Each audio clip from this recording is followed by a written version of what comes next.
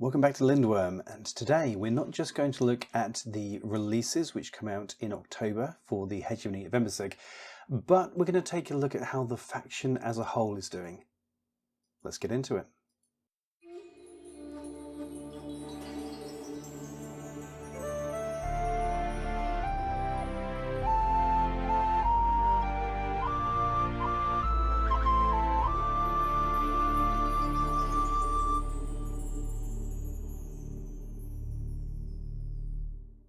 Welcome back to the world of Warcrow, travellers, and today we are going in the first of a two-part episode to look at the October releases for Warcrow.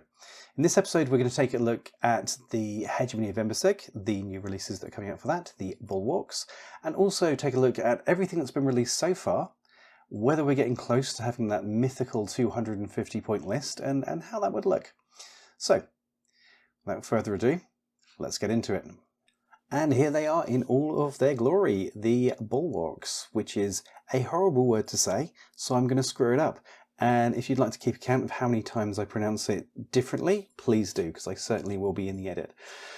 Anyway, these guys drop in October. They are stunning, I think we can all agree. Very much living up to their hype and their lore. But are they any good on the tabletop, and what do they actually do? So let's take a look. Starting on the top left there, we have that they are 35 points. A move of 2-3 makes them not the quickest bundles in the world, especially with that 8-stride charge. That's not particularly quick. 3 wounds is chonky, and that's going to be a phrase that we use a lot with these guys, chonky. Willpower of a mid-orange and a weak yellow is fine. Morale 1 is okay, and availability 2 is... I could do with more than 2. There's a bit of a spoiler, but I could probably do with more than 2. So, skills, etc. We have, skills. The abilities that we have here, the keywords. We have human, yes. Infantry, yes. They have cover black die. Now, what that means is that any unit, friend or foe, who is adjacent to this unit will gain a black die to their defense rolls, which is pretty cool, actually. So they get a buff for damage coming in.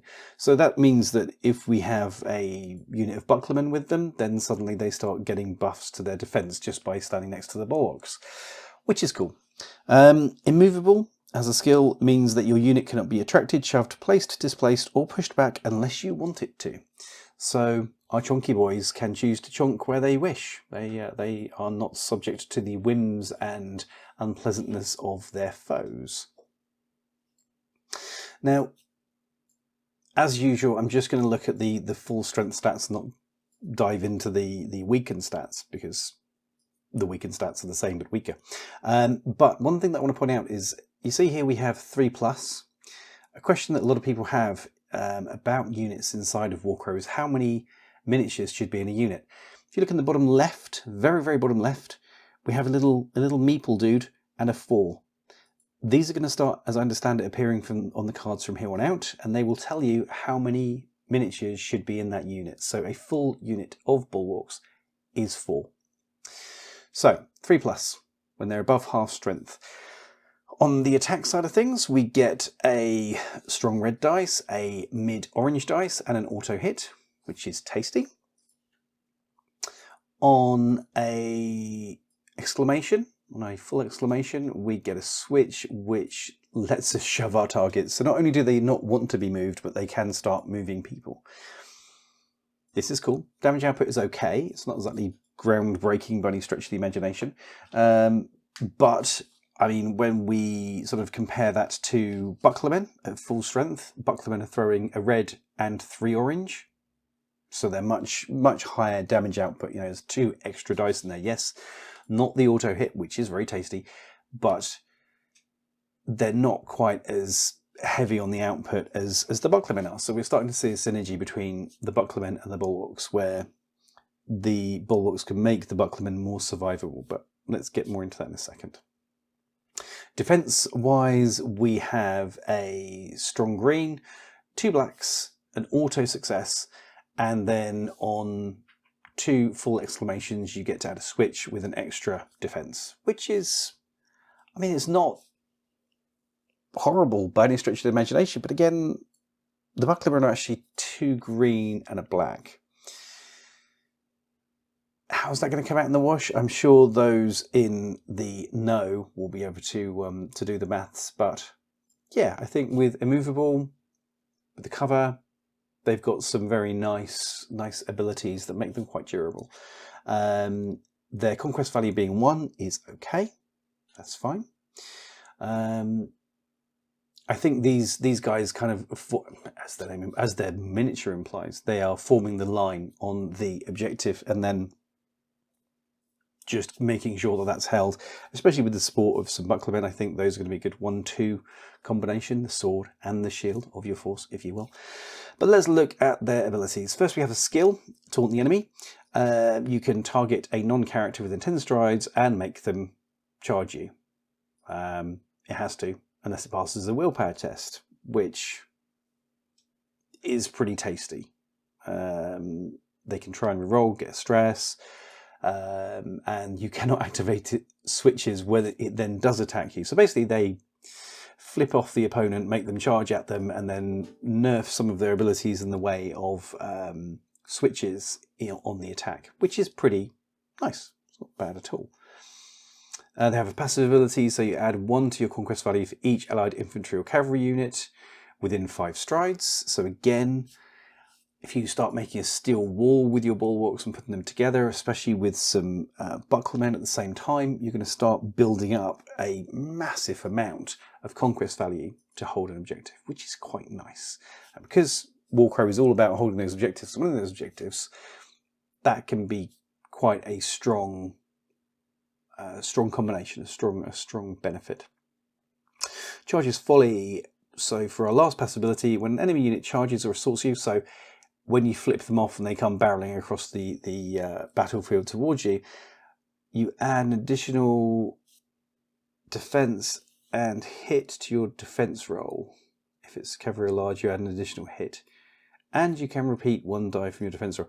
So when these guys are charged, which they can force somebody to do, they automatically get 2 successes on the defense because they've got 1 built into their defense roll. They also then get a hit back as well, so they're putting some damage output as well. And then they get 2 black dice and a green dice. That's quite potent. That starts being quite nasty, actually. So in your turn, I mean, if the mood so took you, you could poke them away in 1 turn, because on the attack you have the shove 3, so you can push something away from you, and then if you have another unit of bulwarks, then taunt the enemy to cause that unit to charge them, the second unit of bulwarks, and then start stacking debuffs on them with your built-in defense and your built-in hits and the fact that they are unable to declare switches. They're just not very nice, are they? They're just not very friendly. You can't move them. They give benefits to anyone around them for cover. 3 wounds is quite tasty, so that's a 12 wound unit. That's going to take some chewing through. It's going to take a while to drop the bulwarks. They're going to control what you do. They're going to stop you from controlling them. For 35 points, that's not awful. That's quite tasty, and the miniatures are gorgeous. Okay, so having established that the bulwarks are pretty phenomenal, let's look at what that does for the Hegemony of Embersig as a whole. Where is the army at this point? So, there we go. Hegemony of Embersig. How pretty is that? First, we have the contents of the wins from the North box. We've got Drago at 40 points, Frostfire Herald, the War Surge, and the Bucklerman. If you have been seeing any content around, or you own anything with Warcrow, you probably know these guys quite well and what they do. You know, Drago, absolute genius, and he is good as a supporting leader, as the Hetman. He does some good things on that front, but he's got some vicious output in close combat, so that's always helpful. Frostfire Herald is a spellcaster. He's quite offensive with the stuff that he does, but can also start pushing people around as well. So him and the Bulwarks also get up to shenanigans on that side of things. Then we have the War Surgeon, the most beautiful miniature. I'm sorry, Bulwarks, I know you're amazing, but the most beautiful miniature in the game currently. She's an absolute legend. And then the Bucklermen. So very good at holding objectives with their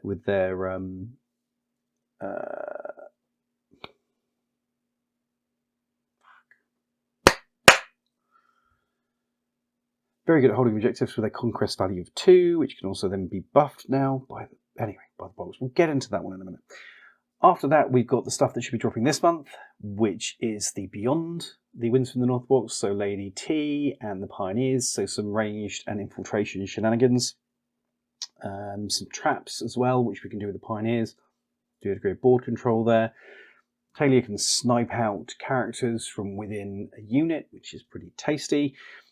And then we've just had the Bulwarks drop, which if you have one of each of those, then you're up to 195 points against your target of 250, which is pretty good, actually. It's not bad at all. We're very much getting on towards that point where, we'll be at full games, which is tasty.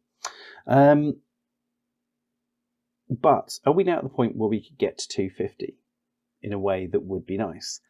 I think we are. And that's what it looks like.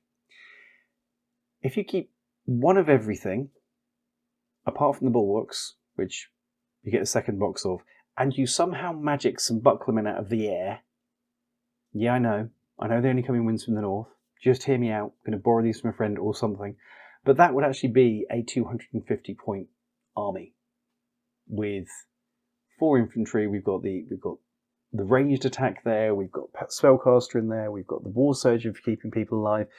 So we can get Drago and we can take the War Surgeon, we can put them in with the units so that the turn limitation doesn't impact us so much, so we can move everything up and have a lot more faster moving units.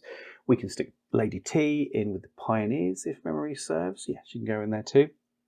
So actually what you're going to end up with is what? 1, 2, 3, 4, 5, 6 units that need to be activated on your first turn if you put them all together. Or they need to be activated in a round. So when you have your turn limits, you're going to have more control over these. Then when you get into position, you can split Lady T off, and you can split Drago off, and let him go off and mince people, let her go off and frag people. And it's up to you what you want to do with the War Surgeon. I'd probably take the War Surgeon out of any unit that she was in. But interestingly, that does mean that if you can, by some miracle, source a second squad of the Bucklermen, you are in a position where you can get to the 250 points, so a full game, which is cool. I mean, that was the Holy Grail, and I think when we look at that, that would put us at, 22 miniatures in total, which is roughly what Corvus Belli said. So that's nice. 22 miniatures, 250 points. The starter box plus 3 others, and then mugging someone for their Bucklermen. I would be interested to see how that would work. I think there's some nice synergy in that list. I think the Bulwarks and the Bucklermen are very much designed to work together. That's kind of apparent. But yeah, there we go. 250 achieved. Phenomenal. So what do you guys think of that as a list? What do you think of the new Bulwarks? What are your views on how they'll play together? Are you happy with them? Do you like them? How do you plan to run them? Obviously, the thing is, we're limited at the moment with what we have got. We can't really start switching stuffs in heavily yet. But in the coming months, that's going to happen. But it's nice to be at a point where we can do 250. So, and let me know, how are your games of Warcrow going? Have you actually got your miniatures on the tabletop? Have you had some games? How did you find it? How was it for you? Let me know in the comments. Thanks as ever to our Patreons and to our wonderful channel members as well. Joe Rogers, you little legend. Thank you as ever, you star. And please, if you haven't already, consider joining up and becoming a member of the channel. There's a lot going on at the moment. I said that in the last update. If you didn't see that, do check that one out. So there's a lot happening behind the scenes at the moment. But we have great plans. So consider joining up, consider becoming a patron. there's lots of good stuff coming there. In fact, they got some previews today. We have a battle report coming for Infinity in the next couple of weeks. They've seen what armies are played. They've actually seen the miniatures that were used in the game last night, and that will come for Warcrow in the coming months too. So consider doing that. In between here and there, please share, like, subscribe, do all that good stuff. Let everyone know about it. Give us a comment, and yeah, we will see you all again soon.